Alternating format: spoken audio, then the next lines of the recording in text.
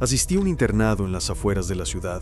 Empecé allí en octavo grado y terminé quedándome durante casi toda la secundaria. Compartí habitación con un chico llamado Weston. Al principio no éramos cercanos, solo nos habían puesto juntos como a todos los demás, pero con el tiempo nos acostumbramos el uno al otro.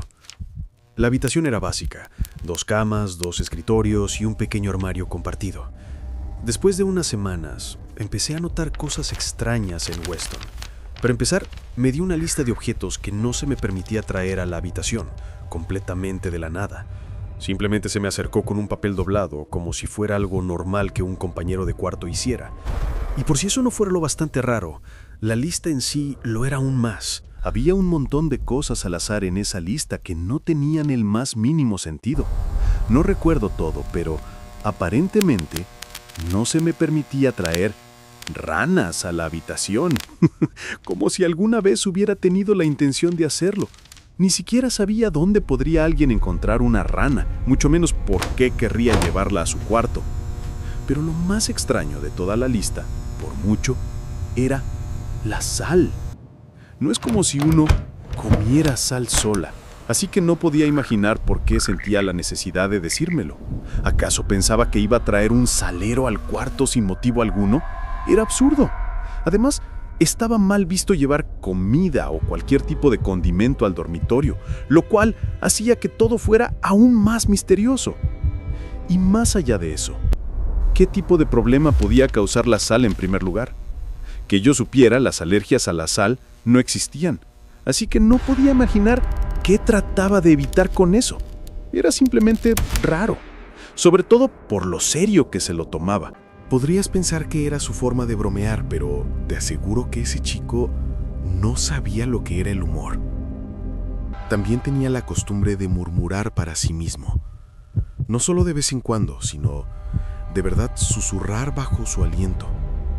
Especialmente por las noches cuando las luces estaban apagadas. A veces alcanzaba a oír pequeños fragmentos, como si estuviera hablando con alguien, pero nunca había nadie más en la habitación. Al principio fue realmente aterrador, sobre todo cuando me despertaba por accidente mientras lo hacía. Pero, como con todo lo demás, al final terminé acostumbrándome. También tenía un pequeño cuaderno, que al principio no me parecía nada raro, hasta que me di cuenta de lo que había dentro.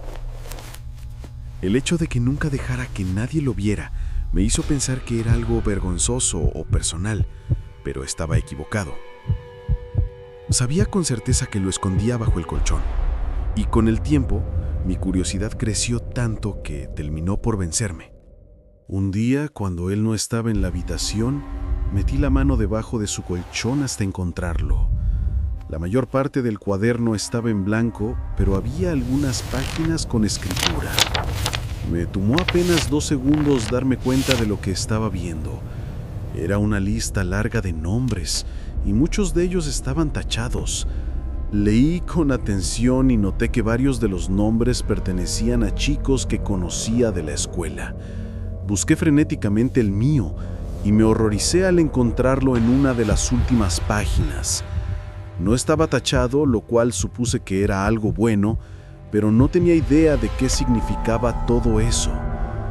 No había nada más en el cuaderno, solo los nombres, la mayoría sin tachar. Intenté descifrarlo, pero no había nada especial en la lista.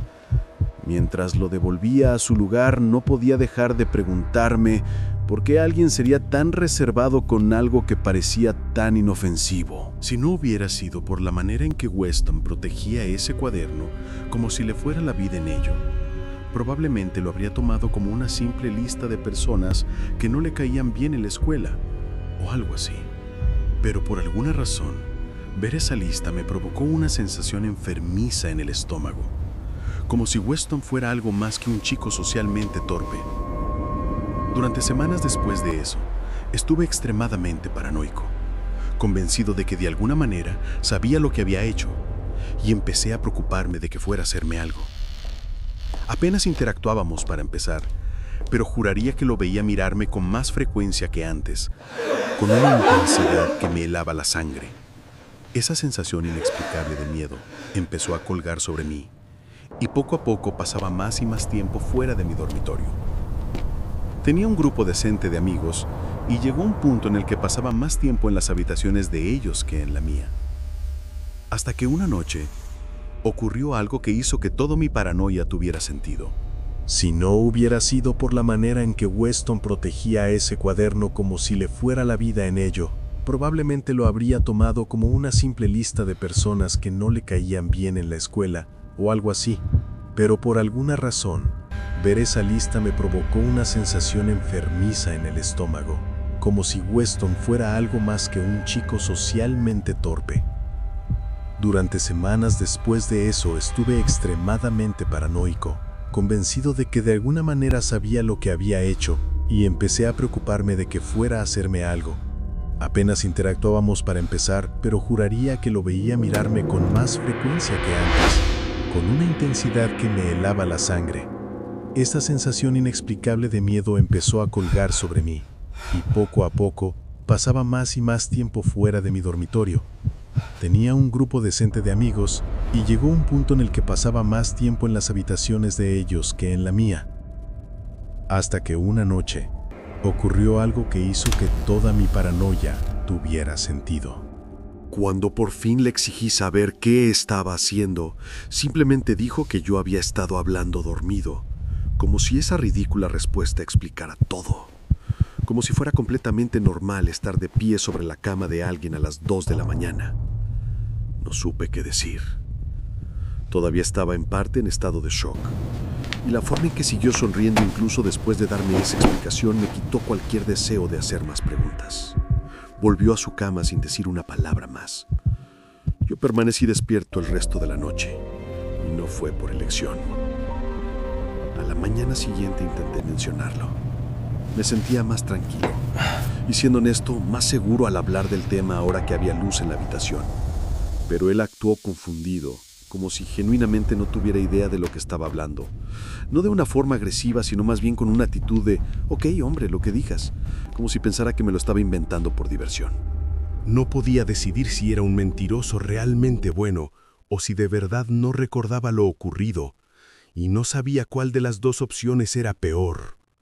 Después de eso, mi miedo solo empeoró, y no solo hacia Weston. Es difícil explicarlo, pero comencé a tenerle miedo a la habitación misma, como si su presencia la hubiera contaminado de alguna manera.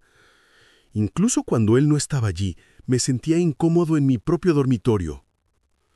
Las cosas solo se pusieron peores. Una semana después, volví a la habitación una noche y encontré una pequeña serpiente de jardín sobre mi cama. No estoy exagerando. Había una serpiente viva sobre mi cama.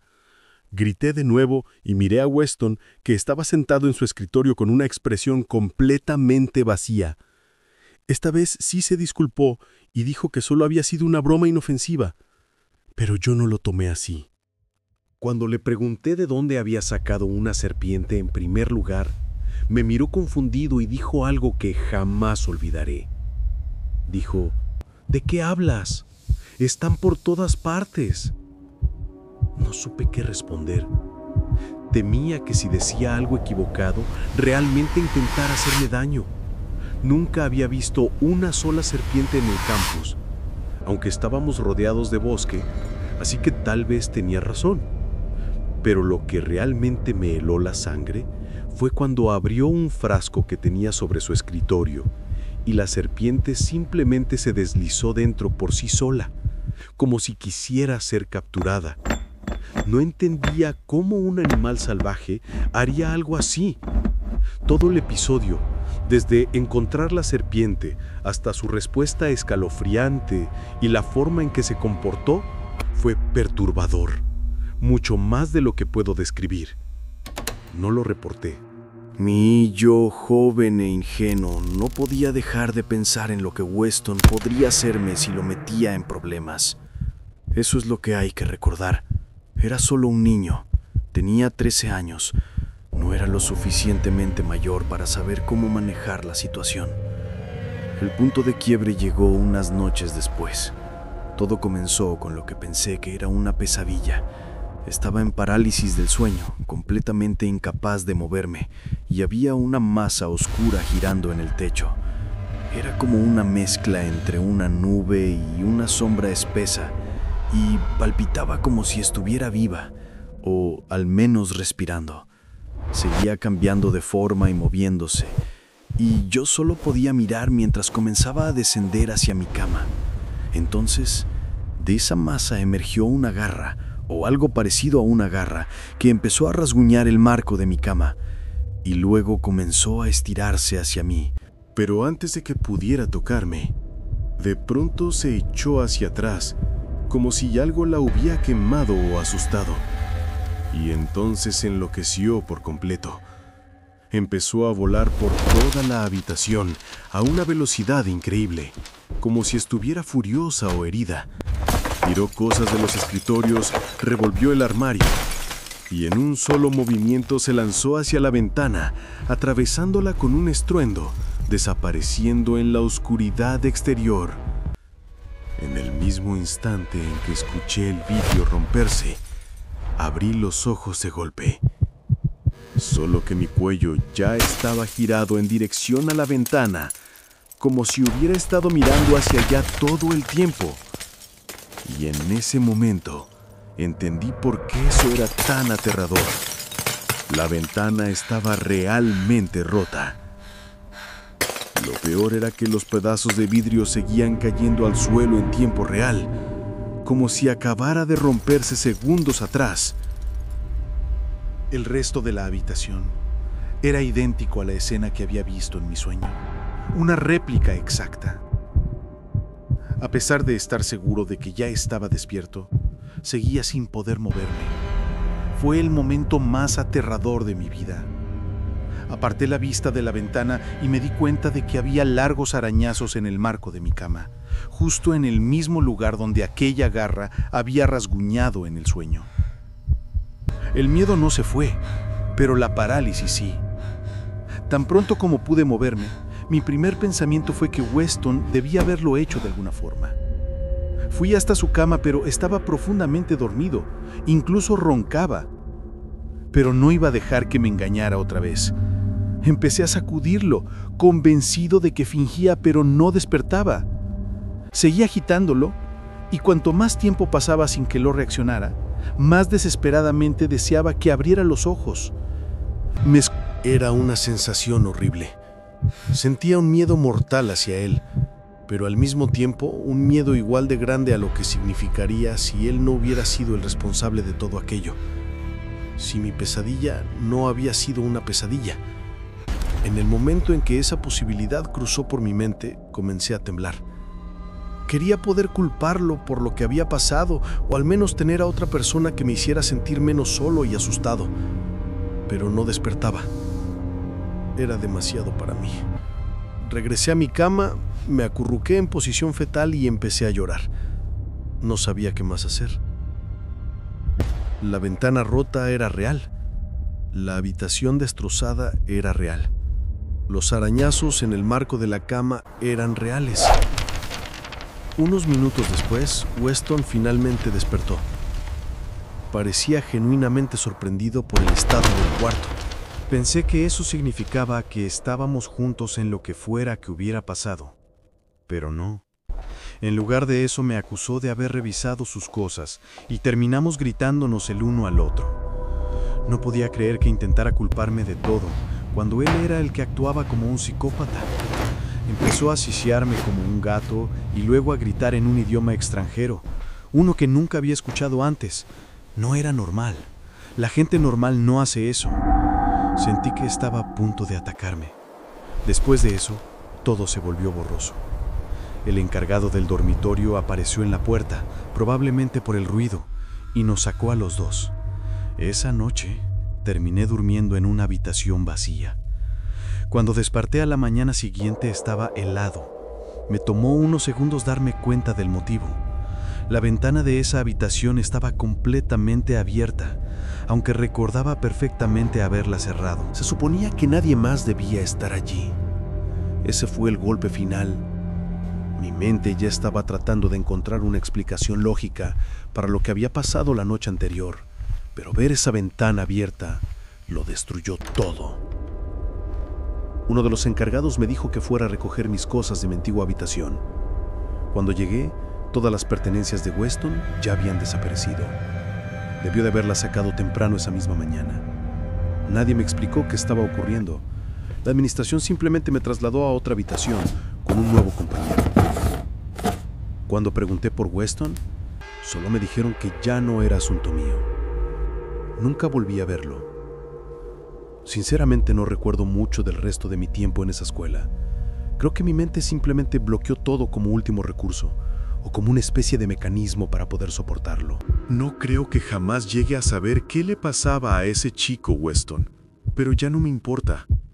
He pensado en todas las posibles explicaciones de lo que ocurrió aquella noche, y ninguna tiene sentido. La ventana estaba rota desde adentro. Cualquier cosa que le hubiera golpeado desde afuera habría quedado tirada en el suelo. Y me cuesta convencerme de que haya sido Weston, no solo por lo profundamente dormido que estaba, sino también por lo rápido que desperté después de la pesadilla. Lo habría visto regresar corriendo a su cama. Esa noche ocurrió algo anormal, y me aterra pensar que pude haber sido testigo de ello, que mi pesadilla en realidad no haya sido una pesadilla.